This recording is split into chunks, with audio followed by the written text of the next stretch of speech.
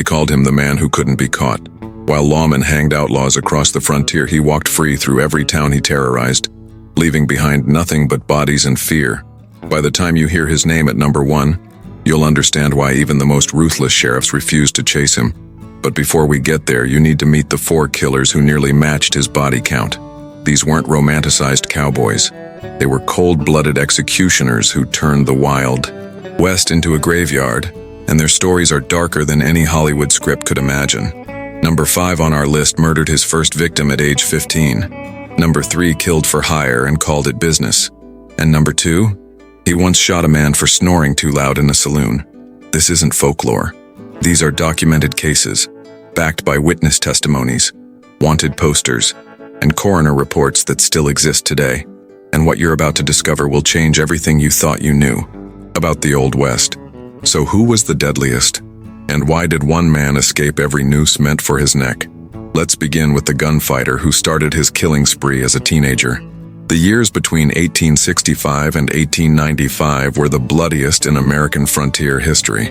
After the Civil War, thousands of men, trained to kill, hardened by combat, and stripped of purpose, drifted west with nothing but rage and a revolver. Law enforcement barely existed. Towns were run by corrupt politicians. Saloons doubled, as criminal headquarters and justice was decided by whoever drew faster. Sheriffs were often outnumbered, outgunned, and sometimes in on the crimes themselves. In this chaos, a new breed of killer emerged. Not outlaws robbing banks out of desperation, but professional gunfighters who murdered for reputation, revenge, or simply because they could. They became legends, not for their heroism, but for their body counts. These 5 men operated in different territories, followed different codes, and met different fates. But they all shared one trait: an absolute disregard for human life that terrified even the hardest men on the frontier. Clay Allison roamed New Mexico and Texas, leaving a trail of corpses in dusty streets. Tom Horn worked as a hired assassin for cattle barons in Wyoming. Jim Miller wore a preacher's coat while executing men for money across Oklahoma and Texas. John Wesley Hardin claimed he killed over 40 men before his 25th birthday. And then there was number 1, a ghost in the records, a shadow in every eyewitness account, a man whose real identity some historians still debate today. But his victims, they were very, very real. The frontier was a stage, and these men were its most violent performers. Now, let's meet them one by one, and see whose legend was built on the most blood. Number 5. Clay Allison, the gentleman killer. Clay Allison earned his nickname not because he was polite, but because he'd kill you with a smile, then buy drinks for the witnesses. Born in Tennessee in 1841, Allison served in the Confederate Army before drifting west, where his violent temper found no boundaries. His confirmed kills ranged between 15 and 18 men, though rumors placed the number higher. What made Allison terrifying wasn't just the killing, it was the unpredictability.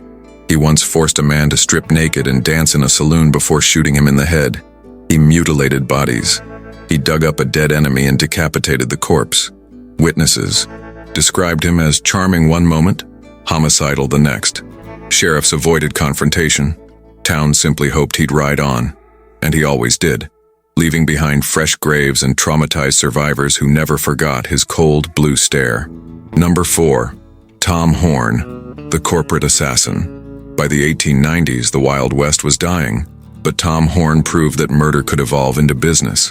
A former Army scout and Pinkerton detective, Horn became a hired gun for Wyoming cattle barons who wanted homesteaders and rustlers eliminated quietly. His method was cold, calculated, surgical. Horn would track his target for days, learning routines, habits, weaknesses. Then, from 300 yards away with a rifle, he'd end them with a single shot. No witnesses, no evidence, just a body and a rock placed under the victim's head. Horn's signature.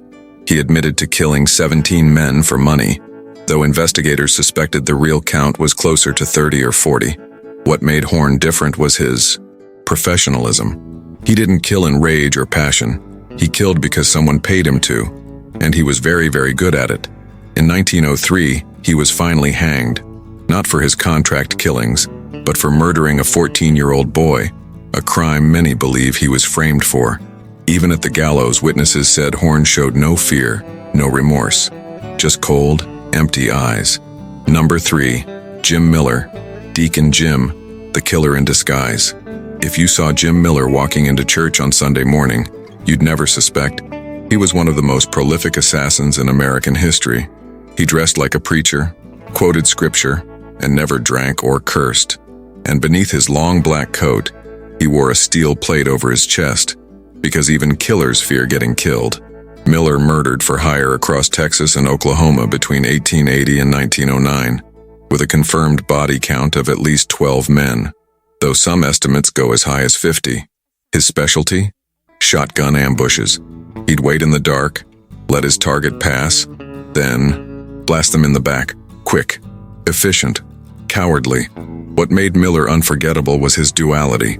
By day, he was a respected community member. By night, he was a shadow with a sawed-off shotgun. Lawmen knew what he was, but proving it was nearly impossible. He walked free for nearly 3 decades, until 1909, when he accepted a contract to kill a former deputy U.S. Marshal named Gus Bobbitt. This time, witnesses talked. This time, the law moved fast. But before Miller could stand trial, a mob stormed the jail and lynched him alongside his accomplices. Even at the end of the rope, Miller's last words were calm, almost polite. Let her rip. Number 2, John Wesley Hardin, the unrepentant killer. Now we enter truly horrifying territory. John Wesley Hardin didn't just kill. He collected murders like trophies. Born in Texas in 1853, Hardin claimed his first victim at age 15, a former slave he shot after a wrestling match. From that moment, his life became a blood-soaked rampage across the frontier. By his own written account, Hardin killed over 40 men before he turned 25. Lawmen, gamblers, soldiers, cowboys, anyone who challenged him, insulted him, or simply annoyed him. He once shot a man through a hotel wall for snoring too loud. Another time, he killed a man for beating him at cards. What made Hardin different from the others was his pride. He didn't hide his murders. He bragged about them. He wrote about them in his autobiography. He saw himself as a warrior, not a criminal, and every killing only added to his legend. Texas Rangers finally captured him in 1877. He spent 17 years in prison, studying law, claiming reformation. But when he was released, he went right back to violence, threatening, extorting, terrorizing.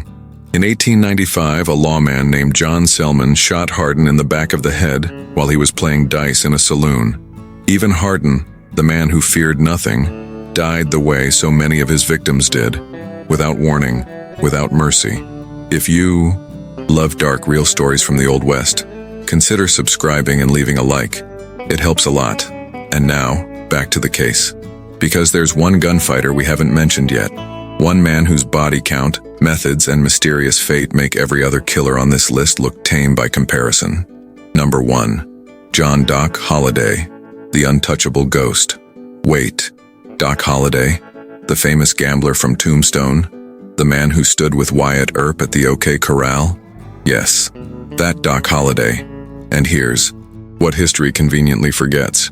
Before the gunfight at the OK Corral made him a legend, Doc Holliday was a diagnosed tuberculosis patient, turned professional gambler turned cold-blooded killer, who racked up an estimated body count between 8 and 17 confirmed kills, and possibly dozens more that were never officially documented. Born in Georgia in 1851 as a trained dentist, Holliday contracted tuberculosis in his 20s and was told he had months to live. So he moved west, abandoned medicine, and spent the rest of his life gambling, drinking, and killing without fear of consequences, because he was already dying. What made Holliday untouchable wasn't luck, it was calculated protection. He aligned himself with lawmen like Wyatt Earp, killed under the cover of self-defense, and operated in towns where his friends controlled the courts. Every time he murdered someone, a witness would conveniently claim Holliday fired second. Every warrant mysteriously disappeared.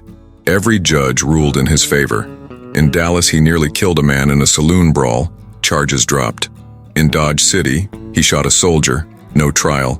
In Tombstone, he executed a cowboy named Frank Stillwell on a train platform in front of witnesses and walked free because Wyatt Earp vouched for him. Doc Holliday didn't escape justice because he was innocent.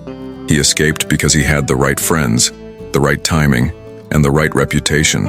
Lawmen feared him, outlaws respected him, and tuberculosis gave him nothing to lose. He died in 1887 in a Colorado sanitarium, not from a bullet, but from the disease that had been killing him slowly for 15 years.